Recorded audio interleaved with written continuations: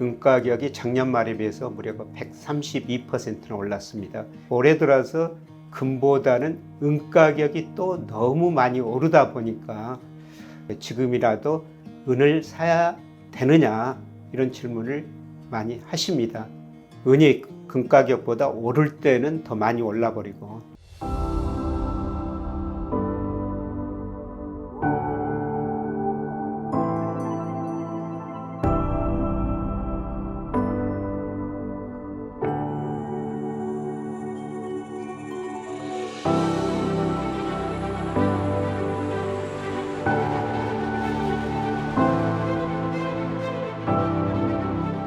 여러분 안녕하십니까? 이제 2025년이 정말 며칠 남지 않았습니다. 올해 구독자 여러분의 투자 결실은 어떠셨는지 궁금합니다. 올해 수익률이 아주 나쁜 자산이 있었는데요. 그게 바로 은입니다.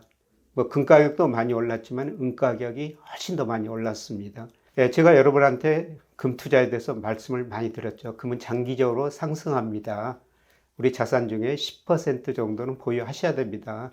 이런 말씀을 드렸는데요. 그래서 여러분들이 최근에 금 가격이 많이 오르다 보니까 지금이라도 사야 되느냐 이런 질문을 많이 하셨습니다. 여기에 대해서 제가 금 가격이 단기적으로 가대평가됐으니까 조금 줄이시는 게 좋을 것 같습니다. 이런 말씀을 드렸는데요. 올해 들어서 금보다는 은 가격이 또 너무 많이 오르다 보니까 또 여러분들이 은 투자에 관심을 많이 가지신 것 같습니다. 또 금과 더불어 가지고 지금이라도 은을 사야 되느냐 이런 질문을 많이 하십니다.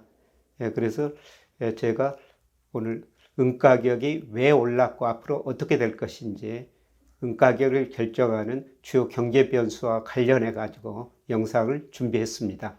오늘 영상을 끝까지 보시면은 올해 은 수익률이 왜 이렇게 높았는지 확인하실 수 있습니다. 우선 올해 주요 원자재 가격 상승률을 보면요. 12월 19일까지입니다만은 은 가격이 작년 말에 비해서 무려 132%나 올랐습니다. 그 다음에 니켈 69%, 금 65%, 구리 가격 35% 이런 것들이 상승률이 높았고요. 원유 가격은 WTI 기준으로 무려 21%나 떨어졌습니다. 아주 장기 추이를 보면요. 올해 들어서 은 가격이 급등했습니다만 장기적으로는 금 가격이 더 많이 올랐습니다. 그래서 2000년 1월을 100이라 했을 때요. 12월 19일까지 금은 1531, 그 다음에 은은 1292, 장기적으로는 금 가격이 더 많이 올랐고요. 그 다음에 구리 가격, 금은 동, 이런 식으로 원자재 가격 많이 올랐다. 이렇게 볼 수가 있을 것 같습니다. 그리고 옥수수, 대두, 소맥, 육과 같은 이런 원자재 가격은 거의 정체된 상황을 보이고 있습니다. 은 가격 결정 요인이 뭔가, 금 가격 결정 요인이 뭔가 한번 따져볼 필요가 있습니다. 우선 자산의 본질적인 측면에서 보면요. 은은 과거에 일부 통화로 하려고 했었죠. 지금도 기본적으로 비싼 성격이 있고요. 안전자산 성격이 있습니다. 그러나 은은 이런 안전자산보다는 산업, 금속, 여기다가 투자자산 이런 식으로 해석해 볼 수가 있습니다. 그리고 제가 곧바로 분석해 드리겠습니다만은 금과 은 가격 결정 요인을 보니까요. 금리, 그 다음에 달러 이런 것들입니다. 여기다가 물가까지도 포함되죠. 이에 금하고 은하고 차이가 나는 건요. 금은 중앙은행들이 계속 사고 있어요. 그런데 은은 중앙은행이 은을 사는 건 아니죠. 산업 수요 측면에서 경기에 따라 가지고 은 가격은 더 수요가 변동이 된다는 것입니다. 경기 민감도 측면에서 보면요. 금은 경기에 그렇게 크게 반응하지 않습니다. 그러나 은은 속성상 산업 수요가 있기 때문에요. 경기에 상당히 민감하게 반응하죠. 변동성을 보니까요. 은이 금보다 훨씬 큽니다. 제가 2000년 1월에서 올 11월까지 전년 동월 대비 변동률을 구하고요. 표준 편차를 구해봤습니다. 그래서 금은 16.5고요. 은은 30.4 정도 나옵니다. 그래서 은의 변동성이 금보다도 거의 2배 정도 된다. 이렇게 볼 수가 있습니다. 쉽게 말씀드리면 은이 금 가격보다 오를 때는 더 많이 올라버리고 떨어질 때는 더 많이 떨어질 수 있다. 그런 측면이 해석할 수가 있습니다.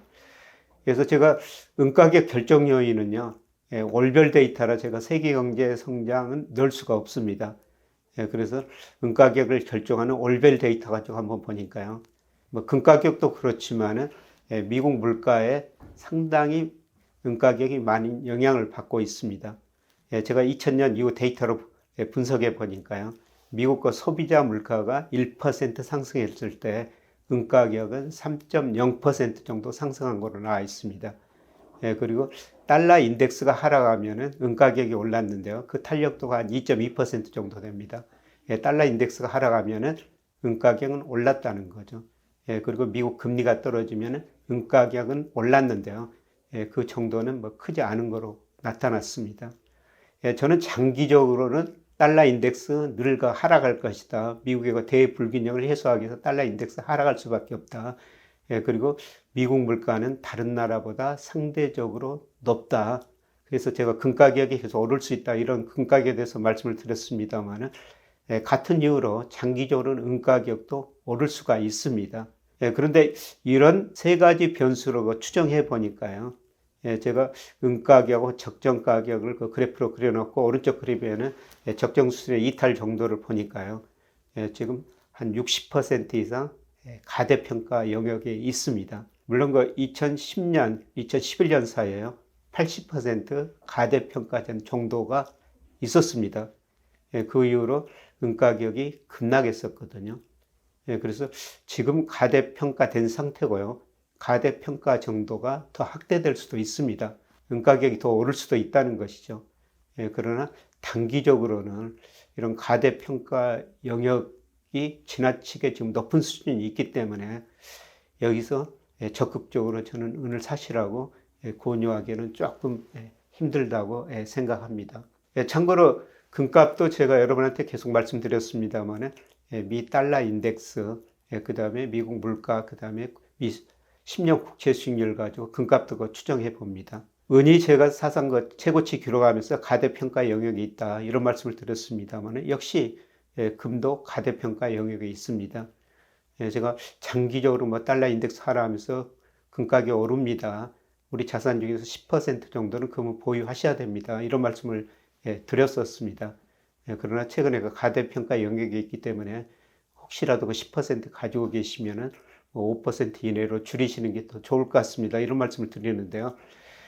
은가격도 이렇게 가대평가됐습니다. 그래서 올해 들어서 은가격, 금가격 정말 많이 올랐는데요. 이런 거 정도를 보면은 금이나 은이나 여기서 적극적으로 사시는 시기는 아니고 조금 비중을 조절할 필요가 있는 것 같습니다. 제가 은하고 금 상대 가격과 비율을 한번 장기적으로 그려놔 봤어요. 그래서 2000년 이후로 가격을 둘 다 100으로 한 겁니다. 그런데 뭐 장기 평균은 82예요. 은이 지수로 보면은 금가격 지수에 82가 평균이었다는 겁니다. 그래서 지금 그 밑에 있죠. 그러나 그 2015년 이후로 최근 그 10년을 평가해 보면은 평균 68 정도 됩니다. 지금 평균을 약간 넘었었습니다. 그래서 기준을 언제로 설정하느냐에 따라 가지고 달라질 수가 있습니다. 그런데 앞서 제가 회계식으로 은이나 금가격을 결정한 요인 추정했습니다만 둘 다 상당히 가대평가 영역에 있다는 것이죠. 그래서 과거 평균 보면은 은이 금가격에 비해서 상대적으로 낮아가지고 은이 더 오를 수도 있어요. 그런데 더 떨어질 수도 있다는 것입니다.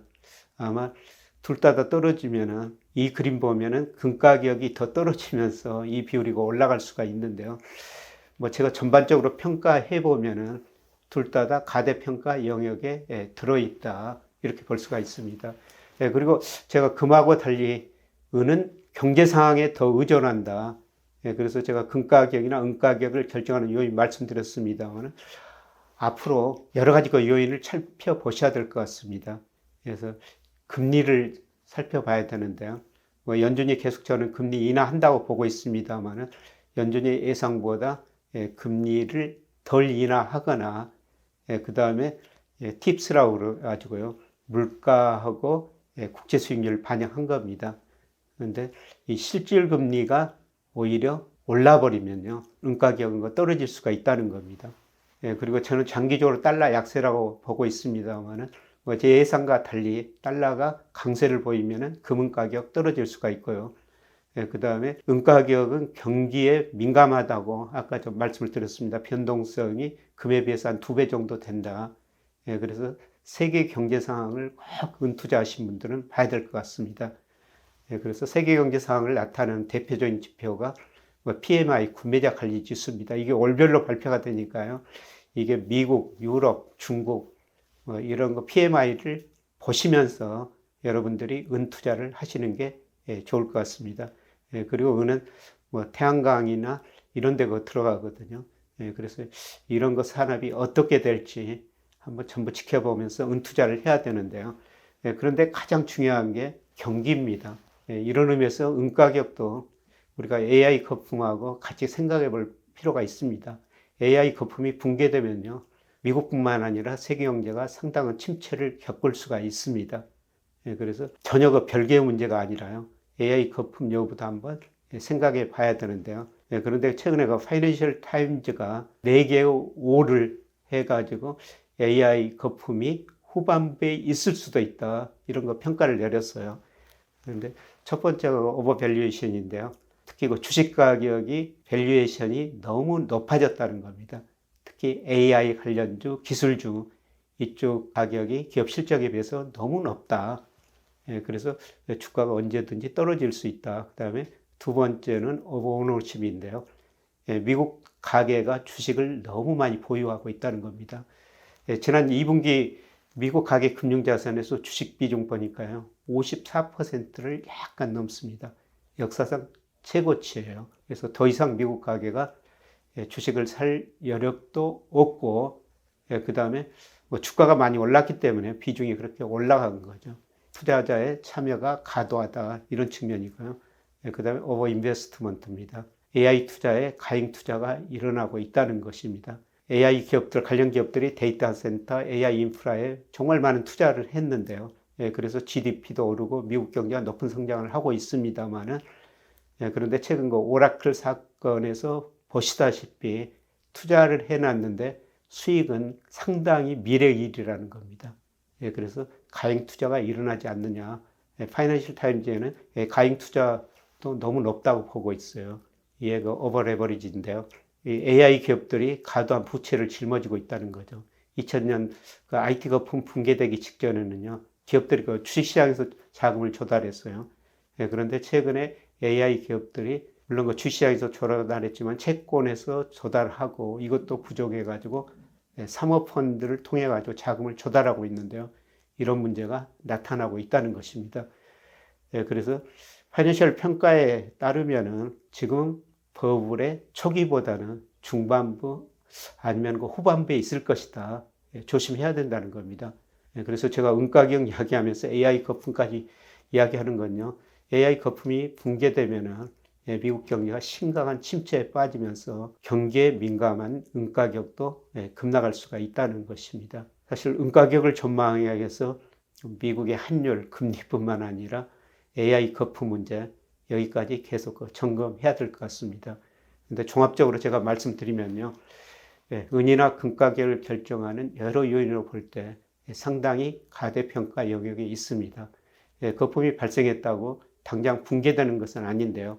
여기서 거품이 더 확대될 수도 있습니다. 그러나 갈수록 좀 리스크 관리를 해 주시는 게 좋지 않을까 이런 측면에서 좀 말씀을 드리고 싶습니다. 장기적으로 제가 우리 투자 자산에 금을 한 10% 정도는 보유하셔야 된다 이런 말씀을 계속 드려왔었습니다. 그러나 올해 은 가격이 참 많이 올랐는데요. 제가 보기에는 약간 가대평가 영역에 있는 것 같습니다. 그래서 이런 시기에 금과 은을 우리 자산에 얼마나 배분해야 될지 고민이 필요한 시기인 것 같습니다. 언론이나 주위 사람들이 가격이 많이 올랐다, 지금 사야 한다 이런 불안감을 조성하죠. 그런 막연한 불안감을 이기는 유일한 길은 시장의 흐름을 읽고 나만의 투자 기준을 다시 살펴보는 겁니다. 적정 가격을 추정해야 된다는 것입니다. 그래서 포트폴리오 관리 마스터 패키지를 준비했고요. 여기에 저 자산 배분 기준 포트폴리오 관리 방법까지 담았습니다. 시장은 늘 변동성이 심하죠. 흔들립니다. 그러나 준비된 투자자에게는 흔들림조차 기회가 됩니다. 한 해 잘 마무리하시고요. 다가오는 새해에도 투자에 도움되는 영상으로 찾아뵙겠습니다. 고맙습니다.